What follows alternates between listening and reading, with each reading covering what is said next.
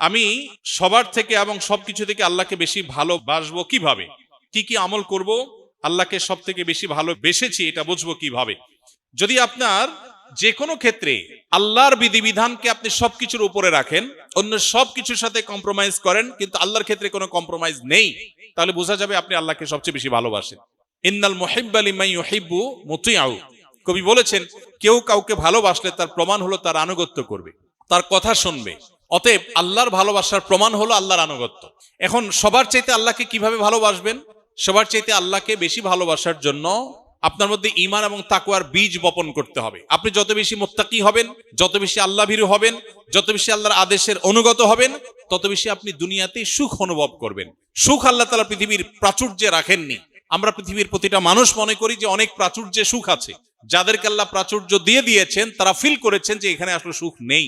মরীচিকার মতো দূর থেকে মনে করেছি সুখ এখানে, এবং 7 সমুদ্র 13 নদী পেরিয়ে সেই প্রাচুর্য অর্জন করবার পর মানুষের অনুভব হয়, কই এখানে তো কোনো সুখ দেখছি না। আদতে আল্লাহ তাআলা সুখ রেখেছেন শুধুই আল্লাহর দাসত্বের মধ্যে। কেউ যদি পরিপূর্ণভাবে মুসলিম হয়ে যায়, আল্লাহ তাকে যে মানসিক সুখ দিবেন, এটা পৃথিবীর সমস্ত প্রাচুর্যের মালিক হয়েও মানুষ অর্জন করবে না। এজন্য আল্লাহর প্রতি ভালোবাসা অর্জন করবার জন্য আল্লাহর জন্য নিজেকে সঁপে দেন। বাস, আপনি আল্লাহর ভালোবাসা সবচেয়ে বেশি অর্জন করতে পেরেছেন, সেটি আপনি নিশ্চিন্তে নির্দ্বিধায় আপনি নিজের ব্যাপারে ধারণা করতে পারেন। এবং এটি যখন হবে তখন দেখবেন আমার মা অসন্তুষ্ট, বাবা অসন্তুষ্ট, আমার সার্কেল অসন্তুষ্ট, বন্ধু বান্ধব অসন্তুষ্ট, দেশের মানুষ অসন্তুষ্ট, দুনিয়ার মানুষ, সমাজের মানুষ অসন্তুষ্ট, ডাজ নট ম্যাটার। আমার আল্লাহ সন্তুষ্ট কিনা সেটা আমার কাছে গুরুত্বপূর্ণ। এই জায়গায় যেতে পারলে সে আসলে ভালো মুসলমান। সমাজে আমি আবারও বলি, মুসলমানে ভরা, কিন্তু ভেজাল মুসলমানে ভরা। সেই মুসলমান নেই যে মুসলমান সত্যিকারের মুসলমান, যে সত্যি আল্লাহর আনুগত্য প্রদর্শন করে তার সমস্ত কাজ করবে। আল্লাহ আমাদের সেরকম মুসলমান হওয়ার তৌফিক দান করেন। কেউ যদি 20 বা 30 বছর আগে যে টাকা ঋণ নেয় সেটি 20 বা 30 বছর পর হিসাবে পরিশোধ করে, কারণ 20 বা 30 বছর পর টাকার মূল্য এক থাকে না, সেক্ষেত্রে শরিয়ার বিধান কি? গুরুত্বপূর্ণ আরেকটি প্রশ্ন। এই প্রশ্নের উত্তর জানার আগে আমাদের বোঝা দরকার, কুল্লু কারজিন জাররা নাফআন ফাহুয়া রিবা। ইসলামী ফিকহের একটা মূলনীতি আছে, যেই কোনো লোন, এটার বিপরীতে যদি আপনি কোনো মুনাফা নেন, লোনের বিপরীতে মুনাফা নেন, সেটা সুদে পরিগণিত হয়। লোনের বিষয়টাতে শরিয়া আমাদেরকে নির্দেশ করেছে তুমি লোন দিবা আল্লাহর কাছ থেকে বিনিময় পাওয়ার আশায়। আমরা তো এখন এমন স্বার্থপর হয়েছি যে থুতু ফেলতেও চিন্তা করি যে কোন জায়গায় ফেললে আমার স্বার্থটা রক্ষা হবে। এতটা আত্মকেন্দ্রিক এবং এতটা স্বার্থপর আমরা হয়ে গেছি, পৃথিবীটা সেভাবে ডিজাইন হয়ে গেছে। তো এই মুহূর্তে আমরা কেউ স্বার্থের বাইরে কিছু করি না, কিন্তু শরিয়া আমাদেরকে নির্দেশ করেছে তুমি যদি কোনো মানুষকে লোন দাও, কোনো কোনো ক্ষেত্রে দান করার চাইতেও লোন দেওয়ার সওয়াব বেশি হয়। একটু প্রশ্ন উঠতে পারে কিভাবে সেটা? দান করা মানে তো একটা মানুষকে একসাথে দিয়ে দেওয়া, আর লোন দেওয়ার মানে কি আবার রিটার্ন নেব সেই চিন্তা থেকে দেওয়া। তো একসাথে দিয়ে দেওয়ার চাইতে রিটার্ন নেওয়ার চিন্তা কিভাবে উত্তম হতে পারে? এর উত্তর হলো, আপনি কাউকে 10 টাকা ডোনেশন করেছেন, দান করেছেন, এই লোকটার এই 10 টাকা না হলেও তেমন কিছু আসে যায় না, আর এর বিপরীতে একজন মানুষ 10 টাকা লোন দিলে তার বিরাট উপকার হবে, এরকম ব্যক্তিকে 10 টাকা লোন দিয়েছে, তাহলে এই 10 টাকার লোন ওই আগের 10 টাকার দানের চাইতে বেশি সওয়াবের হবে, কারণ তার উপকারটা বেশি হয়েছে এর মাধ্যমে। এখন কথা হলো, লোন দিয়ে যেহেতু বেনিফিট নেওয়া যাবে না, 30 বছর আগে আমি 5000 টাকা লোন দিয়েছি, এখন 30 বছর পরে আপনার মূল্যস্ফীতির কারণে, মুদ্রাস্ফীতির কারণে আমাদের সেই 5000 টাকার ভ্যালু আর 5000 টাকা নেই, সেই 5000 টাকার ভ্যালু এখন নেমে সেটা অনেকটা 500 বা 1000 টাকায় পরিণত হয়েছে। এখন যিনি লোন নিয়েছেন তার কাছ থেকে আমি বেশি দাবি করতে পারবো কিনা? উত্তর হলো না। প্রশ্ন হলো, আমি যদি বেশি দাবি না করি তাহলে আমি ক্ষতিগ্রস্ত হলাম। আমি দিয়েছি 5000 টাকা, কিন্তু আমি যে টাকা পাচ্ছি এখন 30 বছর পর সেটার ভ্যালু 500 বা 700 বা 1000 টাকার বেশি না, বা 2000 টাকার বেশি না। তাহলে আমি দিলাম 5000 টাকা, আমি পাচ্ছি 1500 2000 টাকার সুবিধা, তাহলে আমার লস হলো? উত্তর হলো, আপনার বাহ্যিক দৃষ্টিকোণ থেকে লস হলো, কিন্তু আপনি সুদকে আল্লাহ হারাম করেছেন, সেজন্য হারামকে ডিনাই করেছেন। এজন্য একবার 1500 টাকা আপনি ক্যাশ পেয়েছেন, আর যেটুকু আপনি ক্যাশ পান নাই, ক্ষতিগ্রস্ত হয়েছেন, ওইটুকুর কারণে আল্লাহ তাআলা আপনার আমল নামাতে সওয়াব দিবেন।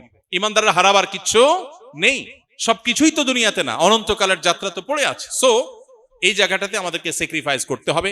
তবে যিনি ঋণ পরিশোধ করছেন তিনি যদি নিজে থেকে বাড়িয়ে দেন সেটা জায়েজ আছে, এটা আমরা অনেকেই জানি না। কেউ যদি ঋণ গ্রহণ করবার পর পরিশোধ করার সময় যিনি ঋণ দিয়েছেন তাকে নিজে থেকে তিনি কিছু বাড়িয়ে দেন, সেটা গ্রহণ করা জায়েজ আছে। আর যদি চুক্তি করা হয়, দাবি করা হয় যে আমি তোমাকে আগে দিয়েছি, এখন মুদ্রাস্ফীতি হয়ে গেছে, সো আমাকে বেশি দিতে হবে, তাহলে সেটা সুদে পরিগণিত হবে। আমরা আল্লাহর প্রতি যেভাবে ধারণা করি আল্লাহ আমাদের সাথে তেমন ব্যবহার করেন। আমাদের অন্তর শয়তান দ্বারা আক্রান্ত, তাহলে কিভাবে উত্তম ধারণা করব? শয়তান দ্বারা আমরা আষ্টে পৃষ্ঠে বাধা, যার ফলশ্রুতিতে আল্লাহর প্রতি সুধারণা আমাদের মধ্যে আসে না। তাহলে কি করতে হবে? শয়তানের সাথে ফাইট করতে হবে। আল্লাহ তাআলা কোরআনে কারিমে স্পষ্টভাবে আমাদেরকে শয়তান চিহ্নিত করে দিয়েছেন এবং শত্রু চিহ্নিত করে দিয়েছেন। আল্লাহ বলেছেন যে শয়তান তোমাদের জন্য শত্রু, ফাত্তাখিযুহু আদুওয়া, শয়তানকে শত্রু রূপে ট্রিট করো, শত্রু হিসাবে চিহ্নিত করো এবং গ্রহণ করো, শত্রু জেনে তাকে তার বিরুদ্ধে তোমরা ফাইট করো। এই নির্দেশনা কোরআন আমাদেরকে দিয়েছে। কিন্তু আমরা শয়তানের বিরুদ্ধে লড়াই করি না। যে ভাই প্রশ্ন করেছেন, আমি বলতে চাই আল্লাহ তাআলা আমাদেরকে কোরআনে শিখিয়েছেন শয়তান থেকে পানাহ চাওয়ার, আউযু বিল্লাহি মিনাশ শাইতানির রাজীম।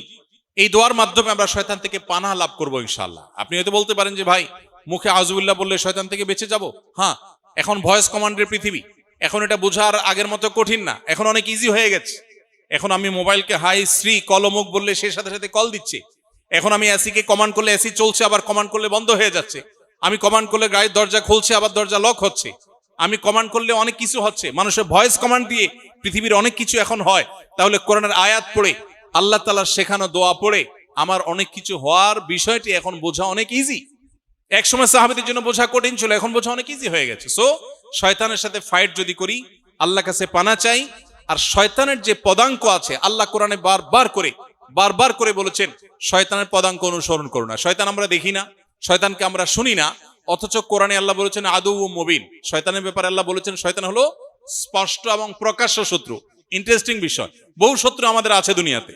মানুষ হিসাবে অনেকে শত্রুর ভূমিকা অবতীর্ণ হয়, বাট যেই শত্রুর জীবনে চেহারাই দেখিনি, যেই শত্রুর সাথে কোনোদিন সরাসরি সাক্ষাৎই হয় নাই, আল্লাহ বলছেন সে হলো প্রকাশ্য শত্রু। শয়তান কি গোপনে আছে না প্রকাশ্যে আছে? গুপ্ত। শয়তান কি গুপ্ত না সুপ্ত নাকি প্রকাশ্য? সে গুপ্ত, অস্পষ্ট, অপ্রকাশ্য। কিন্তু এই লুকায়িত থাকা, অদৃশ্য থাকা শয়তানকে আল্লাহ বলছে স্পষ্ট শত্রু। বাহ্যিক দৃষ্টিকোণ থেকে একটু কন্ট্রাডিক্টরি মনে হয় না? যাকে দেখি না সে আবার স্পষ্ট কিভাবে? এর উত্তর হলো যে শয়তানের অস্তিত্ব যদিও লুকায়িত, শয়তানি প্রতি মুহূর্তে মানুষ ফিল করতে পারে, অনুভব করতে পারে, দেখতে পারে। আপনি দেখবেন নামাজ পড়তে ভাল লাগে না, গান শুনতে ভাল লাগে। আপনি দেখবেন হালালের প্রতি টান নাই, হারামের প্রতি টান আছে। আল্লাহ যেটা বৈধ করেছেন ওইটা আপনার ভাল লাগে না, অবৈধটার দিকে টান হয়। এখানে শয়তানের উপস্থিতি আপনি অনুভব করতে পারবেন প্রতি মুহূর্তে। আপনার মনের ভিতরে যে কুমন্ত্রণা আসছে এটা শয়তানের অস্তিত্বকে জানান দেয়। এই জন্য শয়তানের বিরুদ্ধে লড়াই করা, পানা চাওয়া, নবী আলাইহিস সালামের শেখানো পদ্ধতি, এটা যদি করেন তাহলে আপনার মধ্যে সেই নেগেটিভিটি কেটে যাবে ইনশাআল্লাহ।